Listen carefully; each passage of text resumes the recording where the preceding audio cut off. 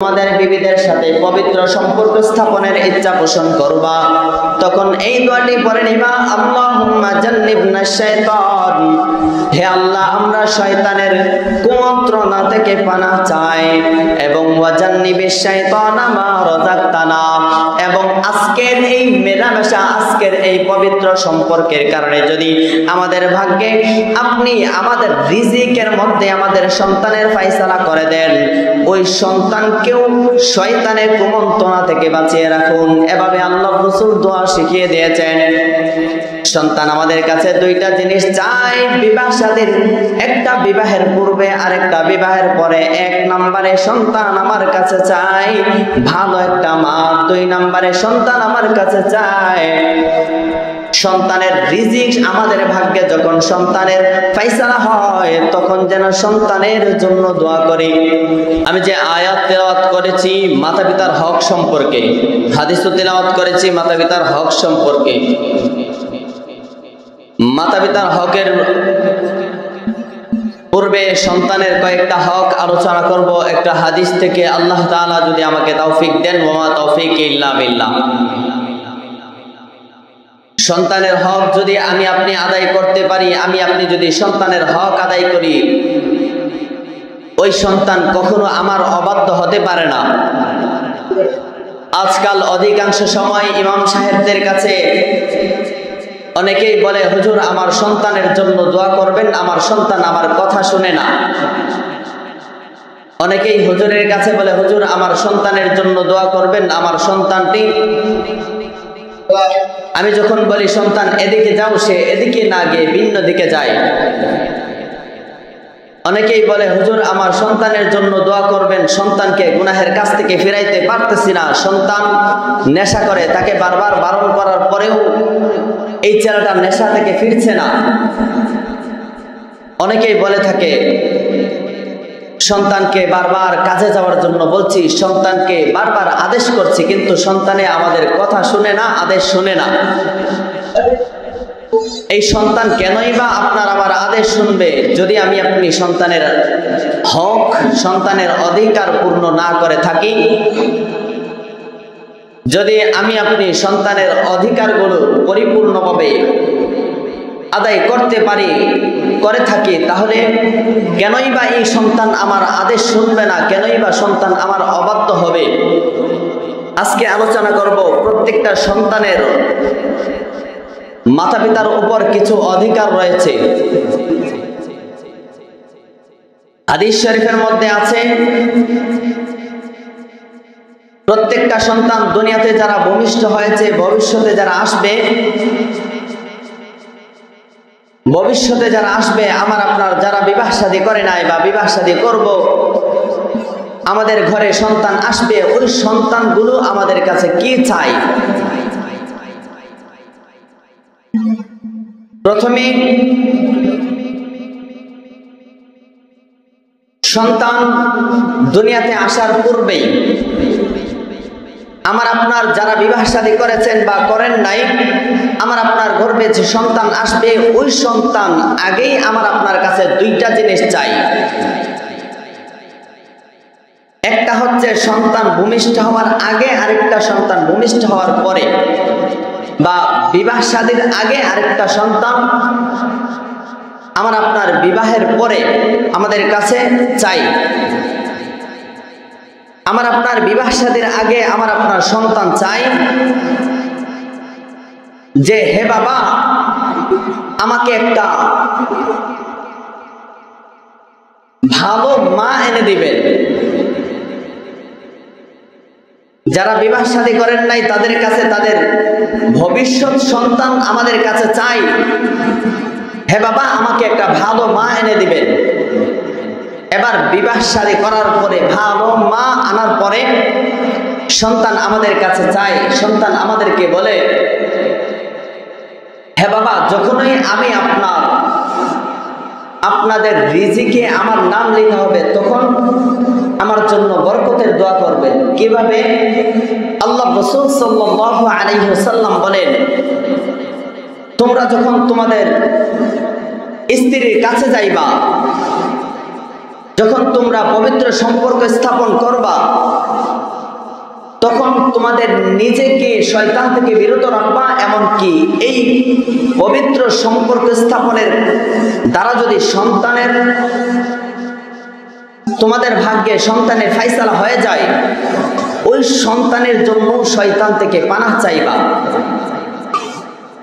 ওই সন্তানের জন্য দোয়া চাইবা। কিভাবে? আল্লাহ রাসূল হাদিসের মধ্যে বলেন, তোমরা যখন তোমাদের বিবিদের কাছে যাইবা তখন এই দোয়াটি পড়বা, ছোট্ট একটি দোয়া। আল্লাহ রাসূল বলেন, আল্লাহুম্মা জান্নিবনাশ শাইতান, আল্লাহুম্মা জান্নিবনাশ শাইতান ওয়া জান্নিবিশ শাইতানা মা রাযাকতানা। আল্লাহ রাসূল বলেন, আল্লাহ রাসূল দুনিয়ার মানুষদেরকে জানাইয়া দেন, এ দুনিয়ার মানুষ জানিয়া লও, তোমরা যখন তোমাদের বিবিদের কাছে যাইবা, তোমরা যখন তোমাদের বিবিদের সাথে পবিত্র সম্পর্ক স্থাপনের ইচ্ছা পোষণ করবা, তখন এই দোয়াটি পড়ে নিবা, আল্লাহুম্মা জান্নিবনাশ শাইতান, হে আল্লাহ আমরা শয়তানের কুমন্ত্রণা থেকে পানাহ চাই, এবং ওয়া জান্নিবিশ শাইতানা মা রাযাকতানা, এবং আজকের এই মেলামেশা, আজকের এই পবিত্র সম্পর্কের কারণে যদি আমাদের ভাগ্যে আপনি আমাদের রিজিকের মধ্যে আমাদের সন্তানের ফায়সালা করে দেন, ওই সন্তানকেও শয়তানের কুমন্ত্রণা থেকে বাঁচিয়ে রাখুন। এভাবে আল্লাহ রাসূল দোয়া শিখিয়ে দিয়েছেন। সন্তান আমাদের কাছে দুইটা জিনিস চাই বিবাহ শাদীর, একটা বিবাহের পূর্বে আর একটা বিবাহের পরে। এক নম্বরে সন্তান আমার কাছে চাই ভালো একটা মা, দুই নম্বরে সন্তান আমার কাছে চায় সন্তানের রিজিক। আমাদের ভাগ্যে যখন সন্তানের ফায়সালা হয় তখন যেন সন্তানের জন্য দোয়া করি, মানে এই দোয়াটি সব সময় করার চেষ্টা করবেন ইনশাআল্লাহ। এবার আসুন, আল্লাহ রাসূল হাদিস শরীফের মধ্যে বলেছেন, সন্তানের অধিকার হচ্ছে 12টা। সন্তান দুনিয়ার জমিনে ভূমিষ্ঠ হওয়ার পরে 12টা। এই হকগুলি যদি এই অধিকারগুলি যদি সন্তানের আমি আপনি পূরণ করতে পারি, আল্লাহ রাসূল বলেন যে সন্তানের অধিকার পূরণ করলো ওই মা বাবার সাথে এই সন্তান কখনো অবাধ্য হবে না বা দুর্ব্যবহার কখনোই করতে পারে না। আল্লাহ রাসূল 1 নম্বরে বলেছেন, যখন তোমাদের সন্তান ভূমিষ্ঠ হবে, দুনিয়ার জমিনে আসবে, আল্লাহ রাসূল বলেন তখন তাদের ডান কানের মধ্যে আজানের ব্যবস্থা করবা, তার ডান কানের মধ্যে আজান দিবা এবং বাম কানের মধ্যে ইকামতের ব্যবস্থা করে দিবা। আল্লাহ রাসূল 2 নম্বরে বলেন, দুনিয়ার জমিনে যখন তোমাদের সন্তান ভূমিষ্ঠ হবে তখন তাকে তাহনিক করাইবা। তাহনিক হযরতে হাসান রাদিয়াল্লাহু তাআলা আনহু যখন দুনিয়াতে ভূমিষ্ঠ হইলেন, মদিনা শরীফের মধ্যে যখন হাসান রাদিয়াল্লাহু তাআলা আনহু জন্মগ্রহণ করলেন, আল্লাহ রাসূলের কাছে নিয়ে যাওয়া হয়। আল্লাহ রাসূল তাকে তাহনিক করাইলেন। তাহনিক কিভাবে করা হয় আজকে অধিকাংশ মানুষ তাহনিককে বুঝেই না। তাহনিক বা ওই যে আজানের সিস্টেমগুলো, আজানের সিস্টেম বা তাহনিকের সিস্টেমগুলো দুনিয়া থেকে উঠেই যাইতেছে, অথচ রাসূল সাল্লাল্লাহু আলাইহি ওয়াসাল্লাম বলেন ওইগুলা তোমাদের সন্তান হওয়ার পরে সাথে সাথে করানোর চেষ্টা করবা। হাসান রাদিয়াল্লাহু তাআলা আনহু যখন জন্মগ্রহণ করেছিলেন, হযরতে ফাতেমা রাদিয়াল্লাহু তাআলা আনহা হাসান রাদিয়াল্লাহু তাআলা আনহুকে নিয়ে আল্লাহ রাসূলের কাছে গেলেন। আল্লাহ রাসূল কোলে নিয়ে আল্লাহ রাসূল কিছু একটা খেজুরের অংশ চিবিয়ে সেই খেজুরের অংশটাকে মুখ থেকে হাসানের মুখের মধ্যে লাগিয়ে দিলেন।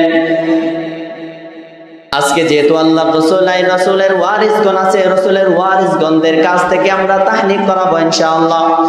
আল্লাহ রাসূল 2 নম্বরে বলেন,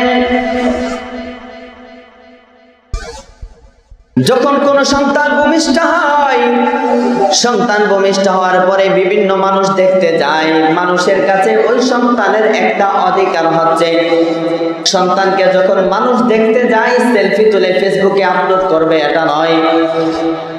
সন্তানকে যখন মানুষ দেখতে যায় তখন সাথে সাথে সন্তানের জন্য বরকতের দোয়া করবে। আজকাল তো এমনটা নাই, ফেসবুকের মধ্যে সর্বপ্রথম একটা ছবি তুলে আপলোড করে বলে মামা হলাম, বাবা হলাম, এমন ভাবে পোস্ট করে থাকে। এজন্য এগুলো করা যাবে না। আল্লাহ রাসূল বলেছেন, সন্তানকে কোনো মানুষের সন্তান বা নিজের সন্তান যাকে দেখতে যাও সাথে সাথে তার জন্য বরকতের দোয়া করবা। 4 নম্বরে আল্লাহ রাসূল বলেন সন্তানের অধিকার। 4 নম্বরে সন্তানের অধিকার বলতে গিয়ে আল্লাহ রাসূল বলেন সন্তান যখন ভূমিষ্ঠ হয় তখন তার আকিকার ব্যবস্থা করবা। 4 নম্বরে আল্লাহ রাসূল বলেন আকিকার ব্যবস্থা করা। আজকে আকিকা কিছু কিছু মানুষ করে, অধিকাংশ মানুষ করেই না, আকিকার নিয়ম জানে না। এবং মাথা মুন্ডানোর পরে চুল পরিমাণ রূপা আল্লাহর রাস্তায় খরচ করে দেওয়া, সদকা করে দেওয়া, এই নিয়মগুলো ধন সম্পদ কমে যাবে মনে করে মানুষ করে না, অথচ আল্লাহ রাসূল করতেন। আল্লাহ রাসূলের সাহাবায়ে কেরাম করতেন, এটা রাসূলের সুন্নত। আল্লাহ রাসূলের এই সুন্নতটাকে বাস্তবায়ন করব। এবার এই সুন্নতটাকে বাস্তবায়ন করতে গিয়ে আমরা অধিকাংশ সময় দেখি অনেক মানুষ প্রশ্ন করে থাকে, হুজুর আকিকা কোন দিন করব? হাদিস শরীফের মধ্যে আছে আকিকা করতে হবে 7ম দিনে। এবার আমি আপনি যদি 7ম দিনে সক্ষম না হই, তাহলে 14তম দিনে, সন্তান ভূমিষ্ঠ হওয়ার 14তম দিনে আকিকা করতে পারব। এই 14তম দিনেও যদি সম্ভব না হয় তাহলে 21তম দিনে করব। 21তম দিনেও যদি সম্ভব না হয়, মাসালার মধ্যে লেখা হয়েছে এই দিনগুলোতে করা উত্তম, তবে যে কোনো একদিন এই সন্তানের নামে আকিকা করে দিলেই চলবে। আল্লাহর রাস্তায় এই সন্তানের নামে রক্ত প্রবাহিত করলেই চলবে। এজন্য এই সুন্নতটাকে আমরা ধরবো ইনশাআল্লাহ। 5 নম্বরে সন্তানের অধিকার হচ্ছে সুন্দর একটা নাম রাখা। আজকে আমি আপনি লক্ষ্য করি বর্তমান সময়ে সবচেয়ে সেলিব্রিটিকে মেসি, সন্তানের নাম রেখে দেই মেসি, সন্তানের নাম রেখে দেই মোটু পাতলু, এমনও নাম আছে শুনছি। সন্তানের নাম নাটবল্টু, বিভিন্ন ধরনের নাম রাখে যেইগুলা ইসলামের ধারে কাছেও না। আকাশ বাতাস সন্তানের নাম রাখি, ওইগুলা ইসলামী নামের মধ্যে পড়ে না। এজন্য ইসলামিক সুন্দর একটা নাম রাখা এটা সন্তানের অধিকার। সুন্দর নামের ফজিলত এত বেশি,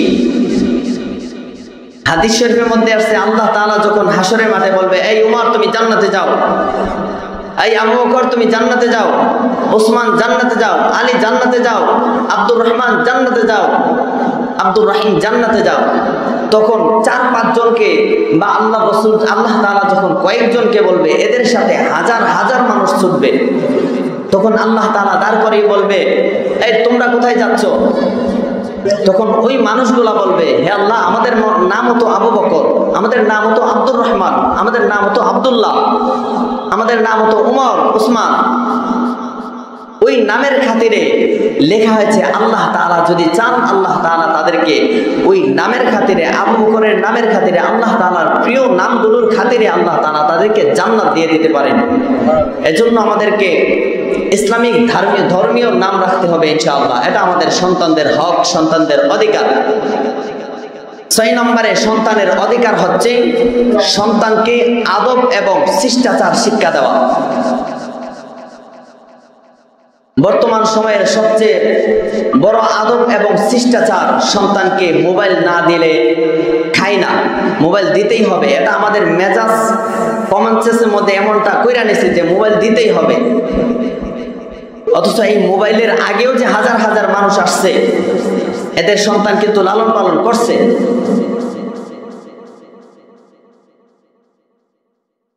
হাদিস শরীফের মধ্যে আসছে সন্তানের সবচেয়ে উত্তম শিক্ষা এবং উত্তম শিষ্টাচার হচ্ছে নামাজের শিক্ষা। শ্রেষ্ঠ শিক্ষা হচ্ছে নামাজের শিক্ষা। আর নামাজের শিক্ষা কখন থেকে দিতে হবে? যখন সে আমার সাথে হাঁটতে পারে তখন থেকে তাকে আমি মসজিদে নিয়ে আসবো। আমি যদি নামাজে আসি তাহলে সে দেখবে আমার আব্বু নামাজ পড়ে, আমিও নামাজ পড়বো। আর আমি যদি না নামাজ পড়ি, আল্লাহ রাসূল হাদিসের মধ্যে বলছে 7ম বয়সে তাকে নামাজের তাকিদ দাও। যদি সপ্তম বছরে 7 বছর বয়সে যদি সে নামাজ না পড়ে, 10তম বছরেও যদি নামাজ না পড়ে, 10 বছর হয়ে গেলেও যদি নামাজ না পড়ে, তাকে মৃত প্রহার করো। ওইগুলা আমি আপনি মানতে পারি, কিন্তু নিজে নামাজ পড়তে পারি না। সন্তানকে অধিকাংশ সময় আদেশ করে, কিন্তু নিজে নামাজ পড়ি না। আর সন্তানের সবচেয়ে বড় শিক্ষাই পাই তাদের মা বাবার কাছ থেকে। একটা ছেলেকে আমি আপনি যদি বারবার বলি যে এই কাজটা করো করো করো, সে পারবে না, করতে পারবে না। আমি যদি করি, আমার দেখা দেখি সে অটোমেটিক করে নেবে, করতে পারবে। এজন্য সন্তানের 6 নম্বরের শিক্ষা অধিকার হচ্ছে তাদেরকে নামাজের শিক্ষা দিব। আগে নিজে নামাজ পড়বো এবং সন্তানদেরকে শিক্ষা দেব নামাজের শিক্ষা। আমি আপনি যদি নামাজের শিক্ষা, এই হকগুলো, সন্তানের অধিকারগুলো আদায় করতে পারি, তাহলে সন্তান, আমি যখন বৃদ্ধ হয়ে যাব, সন্তান যখন যুবক হবে, যখন আমার শরীরে শক্তি থাকবে না, সন্তানের শরীরে শক্তি থাকবে, তখন আমার হকগুলো সন্তান আদায় করবে, যদি সন্তানের হকগুলো আমি ছোট থাকতে আদায় করি। 7 নম্বরে আল্লাহ রাসূল হাদিস শরীফের মধ্যে বলেছেন, সন্তানের অধিকার হচ্ছে সুশিক্ষায় শিক্ষিত করা। সুশিক্ষা কি শিক্ষা? তাওহীদের শিক্ষা। সুশিক্ষা কি শিক্ষা? কুরআন শরীফের শিক্ষা। দুনিয়ার জাগতিক শিক্ষার কথা আল্লাহ রাসূল বলেন নাই, কুরআনের শিক্ষার কথা বলেছেন, তাওহীদের শিক্ষার কথা বলেছেন। যেই শিক্ষা শুধু দুনিয়াতে না, দুনিয়াতেও চালাবে, এমনকি জান্নাত পর্যন্ত নিয়ে যাবে, ওই শিক্ষার কথা বলেছে। তবে দুনিয়াতে চলতে গেলে আমাদেরকে দুনিয়ার শিক্ষার প্রয়োজন আছে, তবে জান্নাতের শিক্ষা, আখিরাতের শিক্ষা, কোরআনের শিক্ষাকে বাদ দিয়ে নয়, কোরআনের শিক্ষাকে অমূল্যায়ন করে নয়। সর্বোচ্চ শিক্ষা, সর্বোচ্চ মূল্যায়ন করতে হবে কোরআনের শিক্ষাকে, তাওহীদের শিক্ষাকে।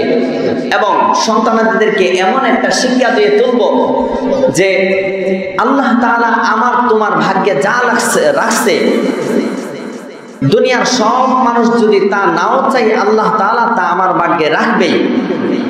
আমার রিজিকে যতটুকু আছে, দুনিয়ার মানুষ সবাই যদি আমার বিপক্ষে থাকে, তবু ততটুকু আমার রিজিকে আসবে, ততটুকু আমার মঙ্গল হবে।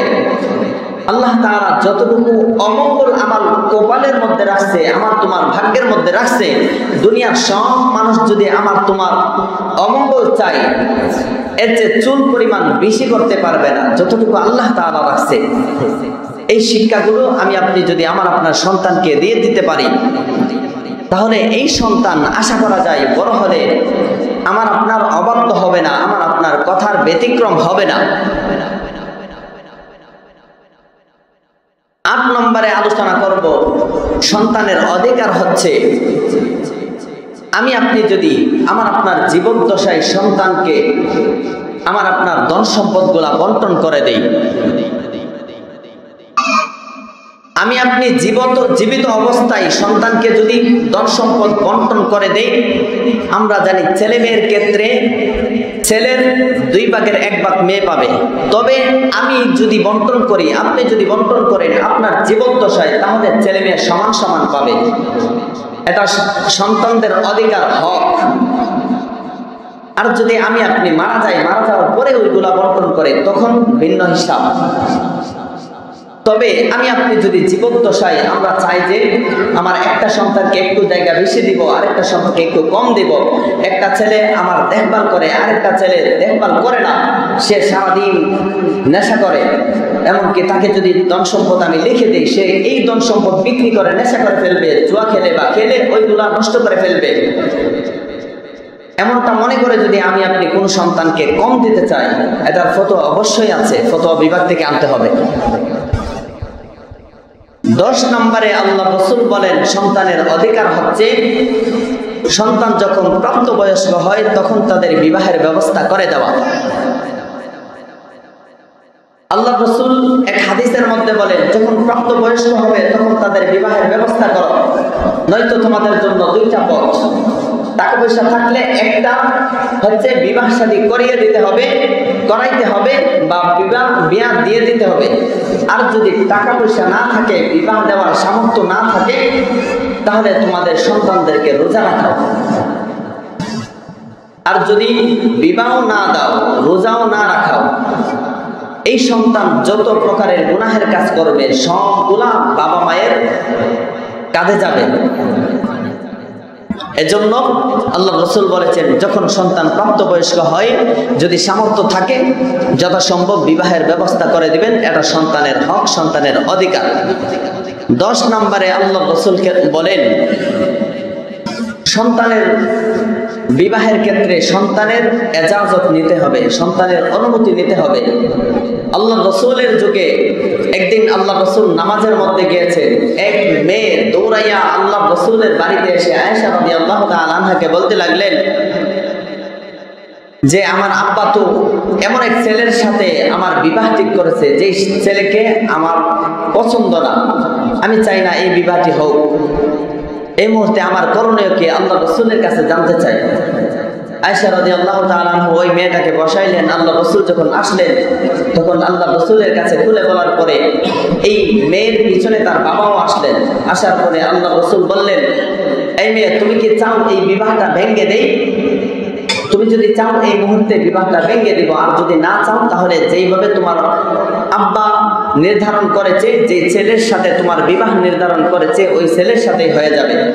তখন এই মেয়ে বলেছিলেন, হে আল্লাহর রাসূল, আমি চাই এই বিবাহটা, আমি রাজি আছি, তবে আজকের পর থেকে যত সন্তানদেরকে বাবারা বিবাহ দিবে ওই সন্তানদের পছন্দের একটা এজাজত যেন নেই, বাবারা যেন পছন্দের একটা এজাজত নেই।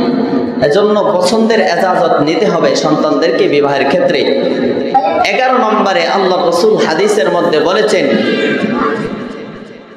সন্তানের ভরণ পোষণ বাবাকে বহন করতে হবে। এমনকি বিবাহ দেওয়ার পরেও একটা সন্তান চলে গেছে, বিবাহ দেওয়ার পরে যদি আবার কোনো একটা ঘটনা ঘটে, ওই সন্তানটা বাড়িতে ফিরে চলে আসে, ওই সন্তানটাকেও, ওই মেয়েটাকেও ভরণ পোষণ বাবাকেই বহন করতে হবে। অথচ ওই বিধবাদেরকে সমাজের মধ্যে বোঝা মনে করা হয়। আল্লাহ তাআলা সঠিক বুঝ দান করেন, সকলে বলেন আমিন। 12 নম্বরে আলোচনা করব, সন্তানের বিরুদ্ধে বদদুয়া করা যাবে না। আজকাল একটু আঘাত পেলেই, একটু কষ্ট পেলেই সন্তানের বিরুদ্ধে আমরা বদদুয়া করে দিই।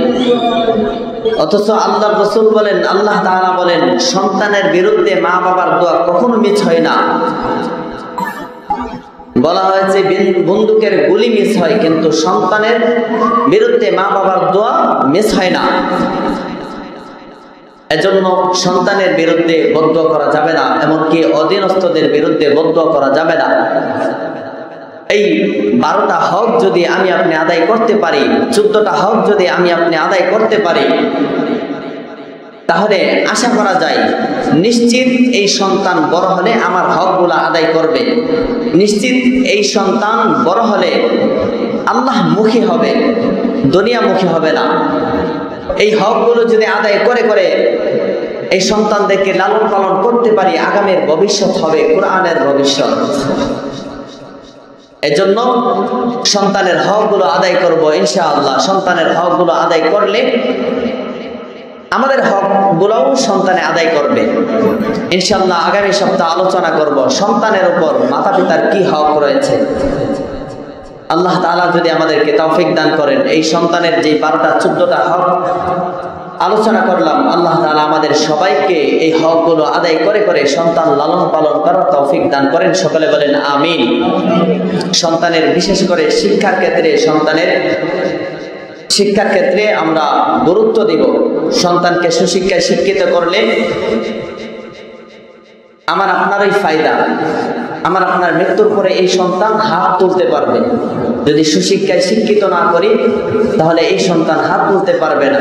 আল্লাহ তাআলা আমাদেরকে এই আলোচনাগুলোর উপর পরিপূর্ণভাবে আদায় করার তৌফিক দান করুক, মানার তৌফিক দান করুক, সকলে বলেন আমিন।